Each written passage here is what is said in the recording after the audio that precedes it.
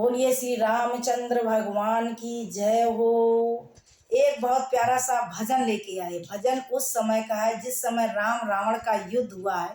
तो रावण क्या कह रहा है राम से जानकी के लिए, सुनिए मेरे इस भजन के माध्यम से कि राम सुन लो मेरी बात तुम गौर से।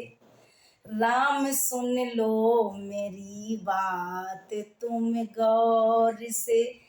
क्यों पराजित हुआ युद्ध में आपसे। क्यों पराजित हुआ युद्ध में आपसे।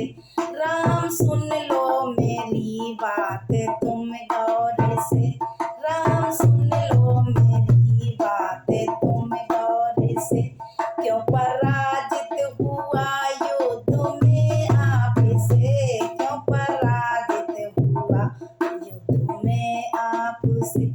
जानकी की वजह से न मैं मर सका। जानकी की वजह से न मैं मर सका। जानकी की तरफ से रहा सो तुम। जानकी की तरफ से रहा सो तुम। राम सुन लो मेरी बात तुम गौर से। राम सुन लो मेरी बात तुम गौर से।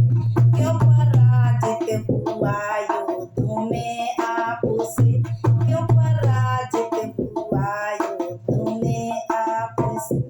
राज्य मेरा बड़ा कुल भी मेरा बड़ा। राज्य मेरा बड़ा कुल भी मेरा बड़ा। बल भी मेरा बड़ा आयु मेरी बड़ी। बल भी मेरा बड़ा आयु मेरी बड़ी।